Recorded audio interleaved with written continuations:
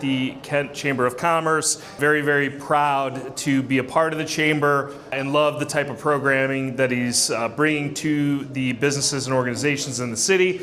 And you are not going to want to miss the Speedy On luncheon. That's going to be great. I can't wait for that. That's going to be off the charts. So we're going to talk a little bit about AI, and I'm going to tell you that my fraternity brother Alex is what I call the robot whisperer, and we've recently reconnected since his time as a student. Very, very impressed with what he's built and what he's done. He's not just my fraternity brother, he is a friend, he is an industry leader, he is an innovator and a futurist, and he's a colleague of mine, and I look forward to some of the things that we're building in the future. So I want to start out with a question. And the question is, who's scared of AI? Raise your hand if you're scared of it. Okay, couple of us.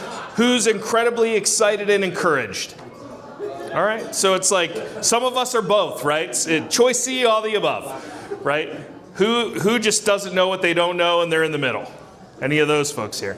All right, so we've got everyone in the spectrum, and so as Alex and I talked about, how do we address a group where everybody's going to have different opinions on AI, different experience levels with AI? We came up with this presentation tonight.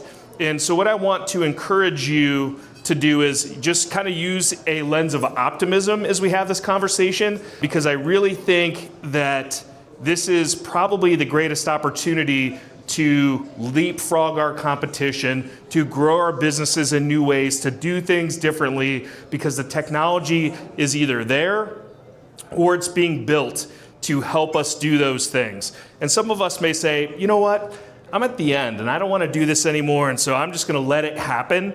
But those of you that plan on being in business for 5, 10, 15 plus years, would really encourage you to take a look at this. I'm a fan of Stoicism. One of my favorite books is by Ryan Holiday. It's The Obstacle is a Way. And I'm going to share a little bit about how I got engaged with AI, and it's going to kill my core business. It's actually going to give me the greatest opportunity that I've ever had that will 10x my current business. So I'm really excited to share a little bit about that with you.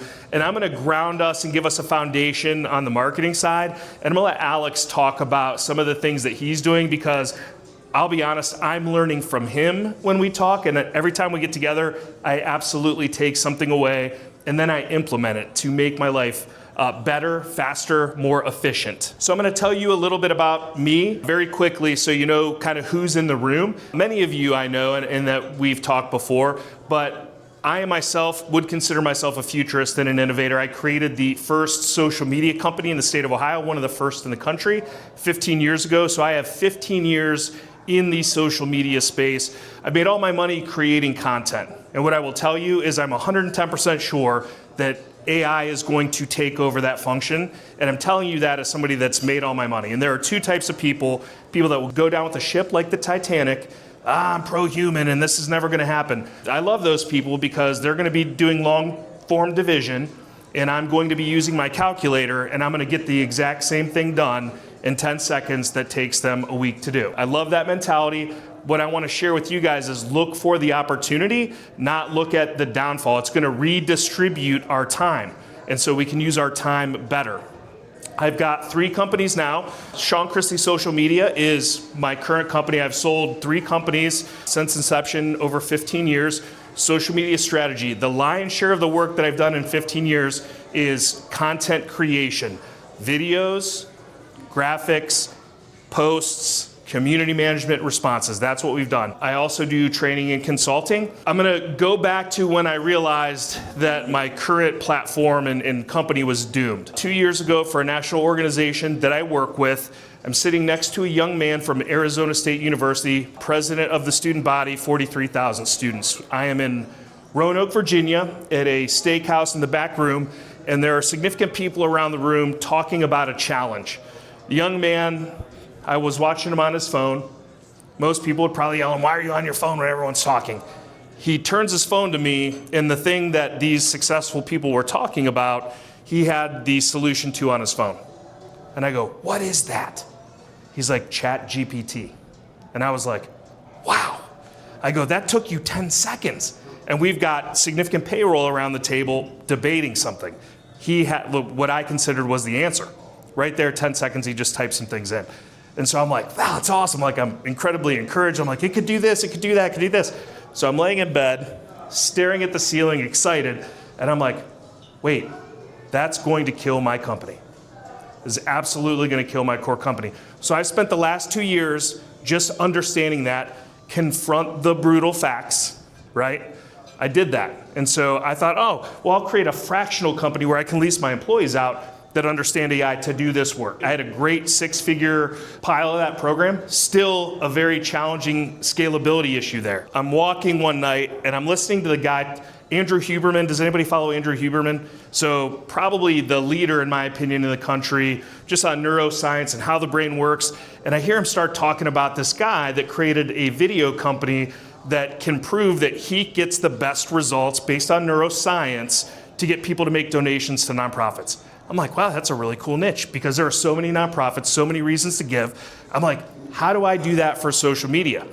And I figured it out. So I created a company and a program called the NeuroVantage, the advantage of neuroscience and marketing. And I'm going to share that with you later. But I'm going to get into the brain and eyeball side and out of the content production side. Because if AI creates all content, if the robots create all content, who consumes the content that the robots create? Who? You guys do. Humans will always be the consumers of the content. I want on that side of the equation because the robot can never change that, right? Have worked with over 1,000 companies internationally, trained tens of thousands, spoke on the biggest stages, content marketing world, and I'm taking the research and applying next year to go to San Diego to speak at Social Media Marketing World. Adjunct social media instructor and curriculum creator both at Akron and at Kent State. There are a couple of you that know this, and Jay was with me when I was doing my master's program. Kent State actually, they were very forward thinking, 5 years ahead of Akron actually. They actually let me audit PhD coursework in curriculum construction to make my class project the first social media class at Kent State. And so it's always good to go back and see how much that has grown since then. So I've done everything from executing to thought leadership. He's really going to share some great information. Microphone. All right, so the whole goal here is kind of like what Sean said. I don't want anyone to be stressed out after this. Like, this is your last period where you're gonna be stressed out about it. Moving forward, you're not. So the big shift you're gonna see is, like, right now, if you're like, I'm scared that I don't know how to use it, that's just a sign you haven't used it. Once you've learned how to use it, you should be scared of how much work you have to do, but you're gonna be calmed that you have certainty in what that work is. I'm gonna tell everyone my timeline with AI. And a funny little slide that I did not put on here was back in 2017 when I became a brother of the fraternity I was in. One of the brothers was in a football tournament, one of the weekends in the fall, and sadly he hit his head and he was concussed, but he was a programmer. And he kept saying, AI is the future, AI is the future. And we all were basketball guys, so we thought he was talking about Allen Iverson. And then what we realized is he was talking about artificial intelligence. And to give everyone an update, he just sold a cybersecurity company for $14 million last year. So I think he was onto something. But my personal use started in summer of 2022. There was a tool called Jasper, which is still out there, but I was able to start writing captions for a few of my clients. So these were very franchised businesses, so you could kind of do these cookie cutter templates. And for a couple months, I'm like, I'm getting all this time back, this is amazing, like this AI can do what I can do. And then it gets depressing because it's like, this AI can do what I can do. And so you kind of start seeing that your role has to change. And so things kind of go on, I'm ignoring it, I know it exists, but I'm trying to ignore it. And then end of 2022 happens and we all hear about this app called ChatGPT. It's the #1 most downloaded app, everyone's using it. And I'm kind of having this moment where I'm like, you know, I just started this social media company 2 years prior, it's growing, but what's the point of me anymore if I'm not doing these tasks? And funny enough, that night, I watched The Matrix for the first time. And while it might sound really corny, there's this scene where Morpheus is yelling at Neo that, do you really think in this world your limits are physical? And I kind of realized there was like beautiful timing in that sentence because with AI, it's the same way. It's not about how tall you are, strong. It's not even really about how smart you are. It's just about how curious you are. So I kind of took this approach of if anyone's going to automate my job, it's going to be me. So I'm going to take control of this thing and I'm going to learn how to use it. So my first take was I need to stop taking the cheap route. Like, don't use this thing to work less, use it to work smarter.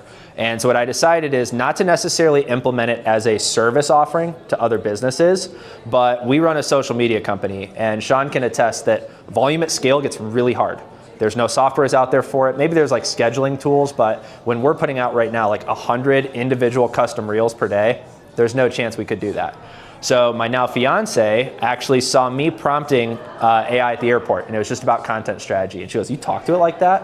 And I was like, "Yeah, you can tell it what to do. You can tell it how to operate." And so that night she gets an espresso at 8 p.m., sits on her computer, and I watched her ask it, "What are you capable of? What can you do?"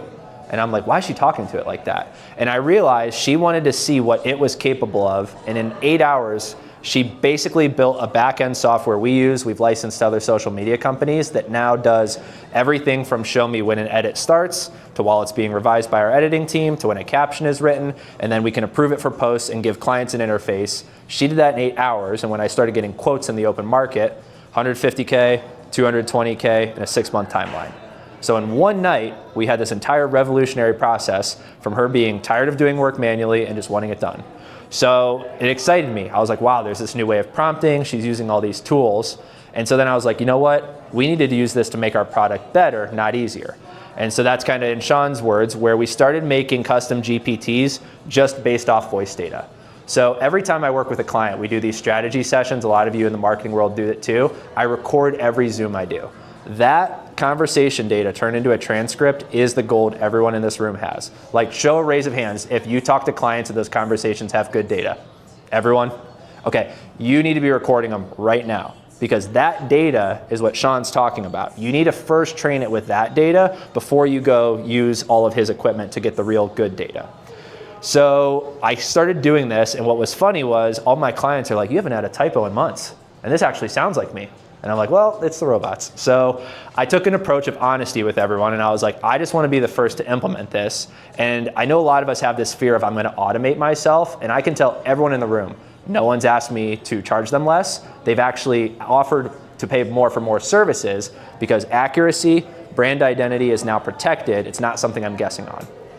And then big accomplishment. So 2 days before Christmas last year, my CRM was fully set up, and I had my ChatGPT connected to the automated chatbot.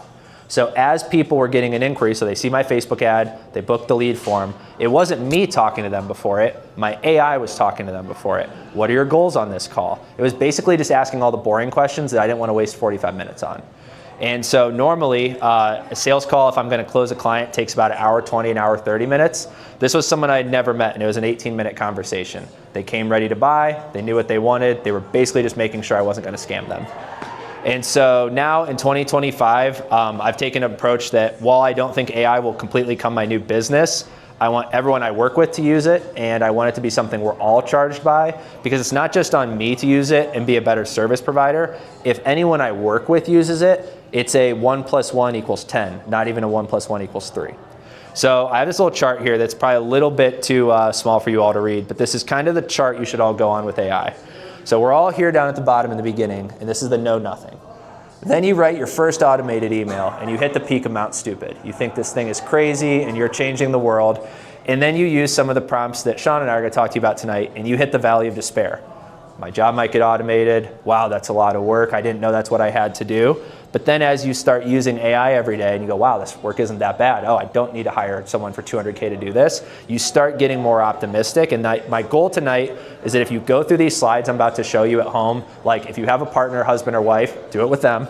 If you have a business partner that needs to be a part of this conversation, they're going to sit there. And what I did is I made prompts so that all of you can walk away tonight, not really getting anything massively productive done, but training your AI so that every day moving forward, you will get things done. So just by a show of hands, who has ChatGPT on their phone right now? Okay, anyone that didn't raise your hand, look at someone that did and download it on the App Store while I get this next slide up. Okay, so this is gonna be my final summary slide before we get into the prompts. So one of my favorite quotes here, Earl Nightingale, observe the masses and do the opposite. So anytime you see a lot of people doing something, it's wrong. I'm scared, I think it's evil, it's bad for the environment, like anything like that, that is just an excuse not to use it. So I started off with this of recording all your conversations. Now, I'm not telling you to be the weirdo and like hide that or wear a secret wire. Every iPhone now has a little button that says record calls. Tell your clients, I am doing this to make your experience better. Is that okay with you? There is like a 0% chance that they're gonna say no. So then, you also wanna make sure that as you're using ChatGPT, don't treat it like Google. Like that's a huge mistake I see so many people make. You want to talk to it like it is the smartest human ever because it kind of is. So there's a couple ways you can do this, but once you get to a point of, let's say, having 20 transcripts on here, let me ask, how many people of you work in some form of sales? Meaning if you sell something, you make money. Okay, almost everyone. So one of the coolest features about ChatGPT's voice is if you give it enough transcript data, you can literally practice sales with it. So if you don't want to burn, let's say you're in a market where there's not that many leads, and when you have to take leads very carefully, you can put all of the information into your AI and say, hey, I'm going to try to pitch you this $20,000 product. I want you to have this, this, and this as a reservation. And you can literally, like a video game, tell it to be harder, tell it to be easier, or go to your last sale that you didn't close and say, hey, here's where I didn't get the sale. Let me work through this. And so this is where I want you to start looking at it really kind of as a human, because if you treat it like Google, you're never going to use it that way. And so another major principle through all of this is automate the soulless tasks. Do not automate the human tasks. Like Google Drive folders, things that are boring to organize, that can be automated. You calling a client to tell them bad news, like probably don't automate that. Like that's a little impersonal. So as we go through this, I've got 3 slides here. And so these are all questions that when you all get home tonight, you're gonna talk to your AI about. And you're gonna use the voice feature, and you're gonna sit there with your phone open. This might be 30 minutes. Some of the people I've recommended this to in the last 2 weeks have said that their husband and wives stayed up for 3 hours because it's having this giant conversation that most people aren't having already. So this is how it can better understand your value prop. So this is like a very simple one so that if you want your AI to be a business tool, it can be. So first one you're gonna ask is ChatGPT, based on the testimonials and client feedback I've uploaded, what are some recurring words, themes, and phrases that clients use to describe my service? So this means you might have to go to your Google reviews in one tab and just talk to it. You're gonna say, hey, this last one, people loved the 3 of the meals. My whole family went to Laziz on Friday, it was amazing. Okay, it was amazing. The next person, the ambiance was amazing. Now you have ambiance as a keyword. So you start building on these things and the AI is gonna detect that for you. Now you're gonna go back a little further and you're gonna tell it to ask you a question. So you're not asking it, it's asking you. Ask me about my past client experiences in the market I work in. What do I do that stands out from other businesses? Now you have to start trusting it, right? Because it's now playing the leader role, you're just giving it information. And to what you said earlier, you're terrified when it gets divergent, right? You start prompting and you're like, why did I even open this thing? Every slide I put in here is very convergent at the end, meaning you're gonna get one outcome so you don't feel overwhelmed and you walk away with something tactical. So once you've had that conversation, you're gonna say, now using all of the information, can you create a simple, clear, and compelling one-liner that communicates, and this is for a real estate presentation, my real estate value, my restaurant value, whatever your business is, value proposition in a way that attracts my clients. We all make these things way too complicated, so after you have this big, scary, data-full conversation, it's gonna be a nice, easy one-liner, and you start using that in all your marketing. This is where it gets a little freaky futuristic, and if you're scared of it, this will rip that out of you. So this is understanding why any of us are doing any of this. Right now, it's a weeknight. We could all be with our families. We could be watching TV. We could be scrolling and being consumers, but we're here to learn. So as you go through this, the first one you're gonna say, if I describe key moments in my life that deeply impacted me, can you help me find patterns or lessons that define my value and purpose? As you start using AI, that valley of despair, part of it's realizing how much work it can do. Part of it's kind of like, what am I doing any of this for? Because if you realize quickly that what you've made all your money doing for 20 years can be done in one prompt, you're gonna feel really unimportant. So you do have to redefine what is my value and what is my purpose. So then this is where it gets kind of like fun, futuristic, spiritual, is if I look back in my life 30 years from now, what would make me feel like I made a difference? That's not gonna be your service, that's not gonna be your product. You're actually talking about like, what did I change, what life did I live? And the reason you're telling your AI all of this is because, like Sean said, it's gonna pick a true north. Right in the beginning, it's just answer your questions. But if you tell it your goal, it shouldn't just be your business goal, it should be your life goal as well. Because those two play into each other, no matter if we want to admit it or not. And then finally, this is where ChatGPT, based on my long-term impact goals, can you help me identify any gaps between my daily habits and my deeper purpose? And this is gonna be really impersonal and you're gonna feel weird. Screenshot your Google Calendar and upload it into ChatGPT and let it tell you how lazy you are. Because it's gonna do that. It's going to say, hey, last Tuesday from 4 to 6, you said call clients. You went on TikTok for 2 hours. Like, you need something to tell you that. And if you don't give it the data, it can't tell you that. And then this last slide, selfishly, is for me to get a little business, but I want you all to think about how to do it for yourself and your business. So this is something I've started doing because I don't really like doing long calls with people if I don't know they're gonna pay me money. And you all feel the same way. Like, we all can admit that. No one likes wasting a call. So what I've done is I've taken the process out where people don't have to get pitched for an hour. They can see on their own if they're meant to work with me or not. So what I did here is I said, if your ideal client or audience were talking about you right now, how would you want them to describe you? What emotions, values, or expertise should they associate with your name? So now you're kind of thinking, instead of what video do I make today, you're thinking bigger picture of what do I want people to say behind my back, so that if I'm getting referrals, that's what it's for. Then if you go, based on my current branding efforts, can you ask me 1 to 3 questions to see if I have a structured sales funnel in place? So a lot of times, like, I am just a high video creator guy. Like, we just do a lot of content. I don't do as complex things as Sean does. But what happens is if someone comes to me and they don't have a website or a sales team or even a script, working with them on content probably isn't a good idea. So what this is going to reveal is like, hey, you might need to talk to some other companies before you talk to me. And then finally, this is where hiring and understanding that just because AI can do everything doesn't mean there aren't other people you're going to have to bring on your team. It says, if I were to hire help with any of the areas we've discovered I'm lacking, don't have the time to implement, can you clearly help me define what those are and make a 1-page summary of the help I need? So that if any of you go through this and you're like, man, I do need help with social media. If you've done this slide and then we have a phone call, I'm not gonna be having to hard pitch you. I'm not gonna be asking questions that we could have done before. I can actually take a very personalized hour and understand the human side of your business. So as I did this for social media, I would encourage you all to have a slide like this for whatever your business is. So as you're starting to think of like, how do I change the buying experience? What's gonna happen is people are gonna stop being sold entirely. No one wants to be sold in this world. They just want to buy. And so if you can kind of give them everything they need to buy, it's gonna make things way easier. So as I gave you all this, I want you to just kind of think about, I'm gonna be comfortable with AI. I'm gonna use it to, at a bare minimum, have a clear understanding of what my marketing is, even if I don't know what those tasks are, and then start exploring with your own prompts. Like, if you do all this and you're like, wow, this feels overwhelming, I don't know what to do, tell your AI, this is good, but I'm overwhelmed, what should I do? And then it will start making the tasks for you. And so for anyone that has their phone on them, please open this, take a picture real quick, because what this is gonna do is it's gonna book a 15-minute call with me, and if you don't wanna do that call, like, just cancel it, make up something, I don't care. But what it's gonna do is give me the ability to send you all an email with this slide. So you're gonna be able to stay up tonight, you're gonna look at those, and what I encourage is either on another device or on a computer, have my prompts up, and then use your phone and use the voice feature. Because when you use the voice feature, it's gonna learn how you talk. Texting is good, but talking is infinitely better.